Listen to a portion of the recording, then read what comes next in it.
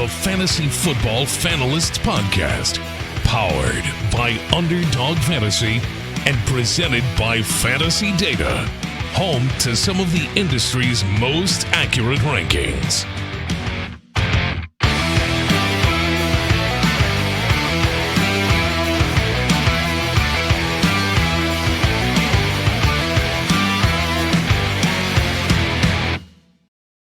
And welcome into a special edition of the Fantasy Football Fanalist Podcast.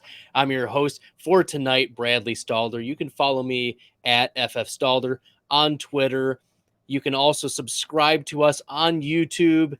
Billy and I will be putting out a lot of Underdog content. And if you haven't joined Underdog Fantasy, make sure you do go to the Underdog app, download it off of the Apple the App Store, the Google Play Store, and then for first depositors, use the promo code FFF, and Underdog Fantasy will match up to $100 for a first-time deposit. Use promo code FFF. It's a lot of fun. We do best ball drafts, pick-ems. There's even a special freshman and sophomores best ball tournament where you select rookies and second-year players. It's a lot of fun. So if you haven't had the opportunity, go to Underdog Fantasy, download the app, deposit up to $100. They'll match it. Use the promo code FFF. For today's video, I want to dive a little deeper into Elijah Mitchell. And Elijah Mitchell right now is causing a lot of headaches in the fantasy football community. He finished as the running back 14 in fantasy points per game. He was drafted in the 6th round by the San Francisco 49ers and quickly took over the starting role for the 49ers when Raheem Mostert went down week 1 with a season-ending injury. Now, I liked Elijah Mitchell a lot. He was my deep cut pre-NFL draft. When Billy and I were talking about who we liked coming into the NFL draft, I should bring up the clip and just play it for us, where I say Elijah Mitchell was going to be, if he got the opportunity, a player that was going to return value. Now, I worried that he was going to get late draft capital, and he did. But at a small school, Louisiana Lafayette, for 3 years, Elijah Mitchell ran for 146. He had 146 rushes, almost 1,000 rushing yards. In 2019, he had 198 rush attempts, over 1,100 rushing yards. And in only 10 games in 2020, he ran 141 times for 870 yards, 16, 17, and 8 touchdowns. He had an interesting profile, I thought, because of all of his metrics. He scored very well at the combine. He ran a 4.4 40-yard dash, 97th percentile, a 107.3 speed score, 86th percentile, a burst score in the 88th percentile, a 78th agility score. These are all upper tier percentiles for a running back that wasn't getting a lot of buzz pre-draft. Now, he wasn't very strong, only 26th percentile in bench press, but I was really pleased with the amount of carries that he was getting in college. He had 140 or more for 3 straight years. His college target share was sufficient. He had 6.8% college target share. His college yards per carry, 6.5. Yes, a lot of things can happen in small school. That wasn't really, a huge flag for me, but it's better than him running for 3.7 on a bad school. So I felt like that's a non-indicator. It wasn't a red flag for me. College dominator was 50th percentile, so middle of the pack. There were no big red flags for me aside from a small school where he wasn't getting a lot of buzz. So, yes, I mean, perhaps one of the red flags could have been the BMI, but I really liked how explosive he was, how fast he was. And then when he was drafted to the 49ers, I kind of faded him a bit due to landing spot. I was concerned that Trey Sermon would take over a little bit more of a role. But when Trey Sermon was ruled inactive and Elijah Mitchell was getting carries in place of Raheem Mostert week 1, wheels up. Another reason why I liked him is if you go to playerprofiler.com, one of our partners at Fantasy Data, you can see that the best comp for Elijah Mitchell is Jerick McKinnon. And for running backs drafted in the 6th round to get a Jerick McKinnon comp who's quick and agile and can make people miss, like we saw at age 29 this year, what Jerick McKinnon can do coming off of essentially not playing for 2 years. So I liked the type of player that Elijah Mitchell was going into the draft. I was a little worried because the San Francisco 49ers had already drafted Trey Sermon. So that was my attitude going into Elijah Mitchell. I took a couple stabs at him. I drafted him in some of the rookie drafts, and I was very pleased with the return. Obviously, everyone who drafted Elijah Mitchell was very pleased with his return, but because he was going at the pick 216 on average. He was a 17th round, 18th round pick on Underdog last season. However, because of what he did this year, or this past year in 2021, Elijah Mitchell finished as the running back 26 in total points, running back 14 in fantasy points per game. And I was really excited about a lot of the things that were going on in his throughout the season. So one of my bold predictions for this coming year for 2022 is that Elijah Mitchell leads the NFL in rushing yards. Now, this is a bold call because Jonathan Taylor, Derrick Henry, Nick Chubb, they all have that profile that I think is stronger than Elijah Mitchell. But running backs who lead the league in rushing yards typically are high volume rushers on competitive teams with generational traits. So Elijah Mitchell, he's a high volume rusher. And you think to yourself, well, what kind of high volume are we talking about? Looking over the last, 8 years, the running back who leads the NFL in rushing, I'm just going to go through it real quick. 19 and a half rushes per game, 23.6, 20.2, 20.2, 17, 21.4, 20.4, and 24.5. All of these are about 20 or more. But let's look at what Elijah Mitchell did. 9 of his 11 games, he had 17 or more. So he was at least getting a floor of carries 17 plus. In fact, there were only 2 games last season where he didn't meet that, both of them against Arizona. I wonder if that was scheming because he still played about 60% of snaps in those games. Nevertheless, Mitchell handled no fewer than 21 carries and handled 23.6 carries during his final 5 regular season games. And that was despite dealing with a fractured finger, a knee injury, and a concussion. His coach, Kyle Shanahan, trusted him to carry the load immediately, despite these injuries, and not worried about whether he's going to get injured. I'm going to trust my boy, Elijah Mitchell, to carry the ball and carry it effectively. Only 2 running backs in 2021 had more carries and also 0 fumbles. And that was Alvin Kamara and Najee Harris.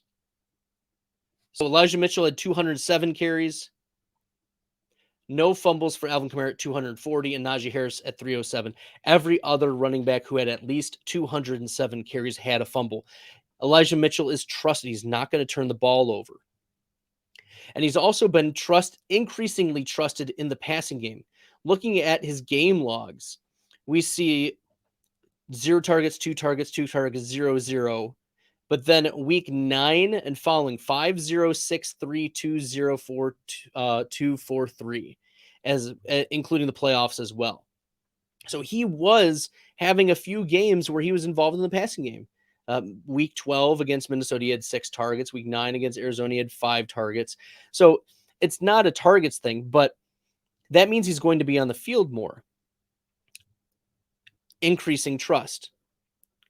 But there's the headache, right? That's why this podcast is entitled Elijah Mitchell, Kaleidoscope Eyes. If you have a kaleidoscope eyes, you're described as having a massive migraine that you just see colors everywhere. And I think that the fantasy community, they're either very hot or very cold on Elijah Mitchell. They're seeing colors. It's causing a headache. Can't think straight about Elijah Mitchell because he has such low draft capital, but was trusted time and again to make difference-making plays and trusted to be on the field. In fact, only 2 games during the regular season did Elijah Mitchell not get to 60+% snap share. Okay, so he did well last year. What is it going to take for him to do well again in 2022?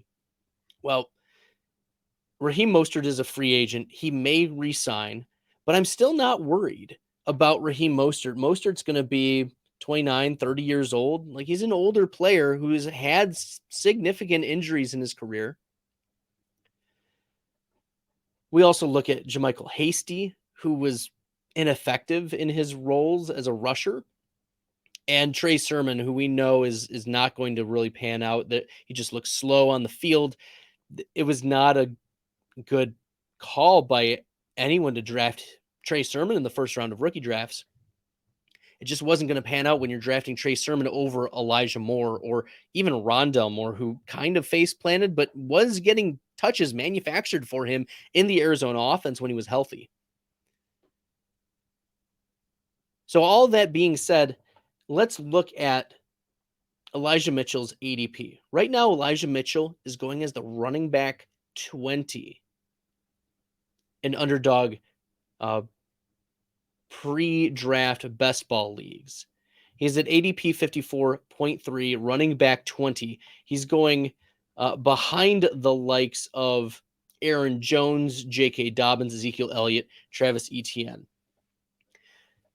I think it's a great value.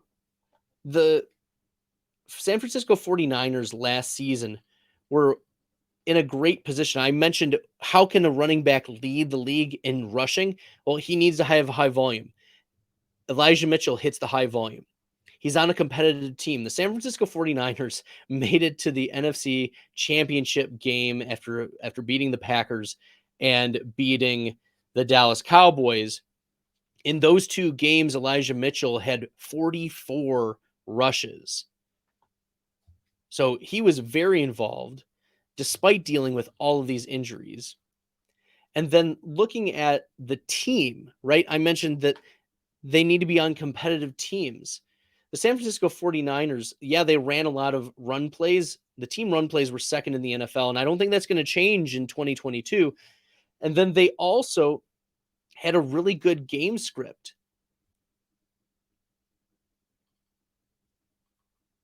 They had a really good game script. In fact, one of the better game scripts, 8th best game script, plus 1.28 game script per player profiler, is the differential at any point in any game that season. Positive values indicate that teams are often playing with a lead. So if the 49ers continue to play with a lead, they've got so much talent on both the offensive and defensive side of the ball. We don't expect them to be a bad team, even with Trey Lance expected to take over. So positive game script on a competitive team, getting a high volume of rushes.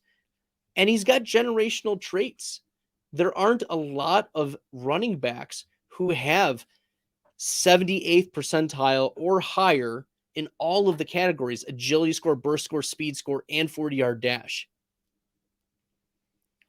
But the detractors will say, well, let's look at Elijah Mitchell's peripherals. What are some of the not as impressive stats? Well, he didn't run a lot of routes. He was 25th in route participation in the NFL, which does limit his PPR upside. He's not going to be a Christian McCaffrey or a Christian McCaffrey type, an Austin Eckler type. And his breakaway run rate was not super impressive either, 30.9%, 35th in the NFL. And he had 8 breakaway runs, but he was also 8th in rushing yards and 13th in rush attempts. So that seems about right. It's rolling on the right side of variance, not crazy amount of breakaway runs. So all of this being said, it wasn't super efficient. He created 537 yards. Yards created per touch was 41st. Production premium compares the outcome of all pass attempts, carries, and targets compared to league average, and he was a little below average. So he didn't have some of the efficiency metrics that we would hope for. But as I mentioned before, efficiency is pretty significantly impacted by injuries. And yes, I mentioned week 10 and beyond, he had a fractured finger, knee injury, and concussion, but also Elijah Mitchell in the preseason had an adductor strain, and then week 2, he had a shoulder strain, and in week 8, a rib injury. Now you're thinking to yourself, but Bradley, he's had, you mentioned 6 injuries in 1 year. But you know what? They're all different. You got shoulder strain, injury, rib injury, fractured finger, knee injury, and concussion, all different injuries during the season. He did end up missing 6 games. So he only played 11 games last season. But this is a player who, if the running offense is opening up for Trey Lance, and we anticipate Trey Lance to be the starter, Elijah Mitchell will outperform his ADP significantly. Like last year, the reason why I was in on Myles Gaskin, this was a mistake. He was one of the backs that I was saying there are some peripherals, and if they use him right, blah blah blah.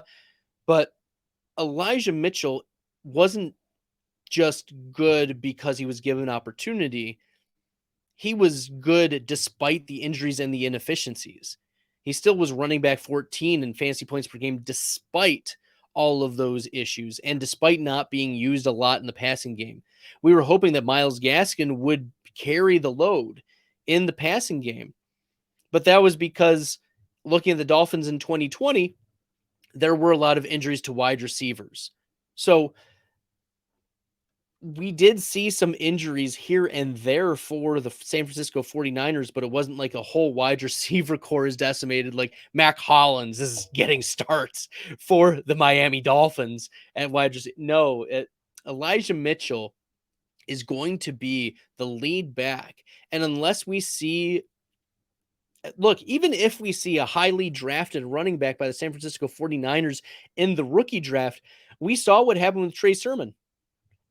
Elijah Mitchell is the incumbent. He's the new Raheem Mostert of the San Francisco 49ers backfield, where Kyle Shanahan will trust him. Kyle Shanahan put him out there despite knowing that he got limited practice or no practices during the week. Elijah Mitchell, the Kaleidoscope eyes running back, should be considered one of the greatest values in your league, and in half PPR, extremely undervalued. Like he only got 3 goal line carries, but he got 207 rushes. And yes, the counter argument is that Trey Lance may get some of those, and that may be the case. But let's look at the most recent game that Elijah Mitchell played with Trey Lance. Week 17 against Houston, Elijah Mitchell played 61% of snaps. He had 21 carries in that game. He also had 2 targets, 2 receptions.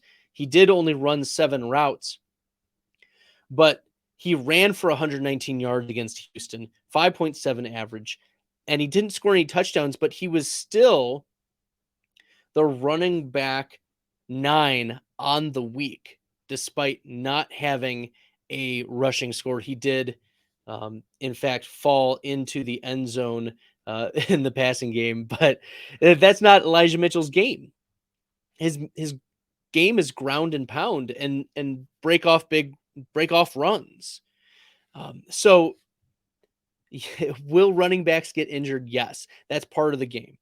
But Elijah Mitchell is a player that the San Francisco 49ers have proven that they can trust time and again. He's not betrayed that trust with any fumbles. And he's going into year 2, going to get starter reps. He's going to run more consistently behind the offensive line during preseason, He's going to learn the schemes better. He's going to know the blocking schemes better. He's going to be able to work with Trey Lance even closer and understand his tendencies.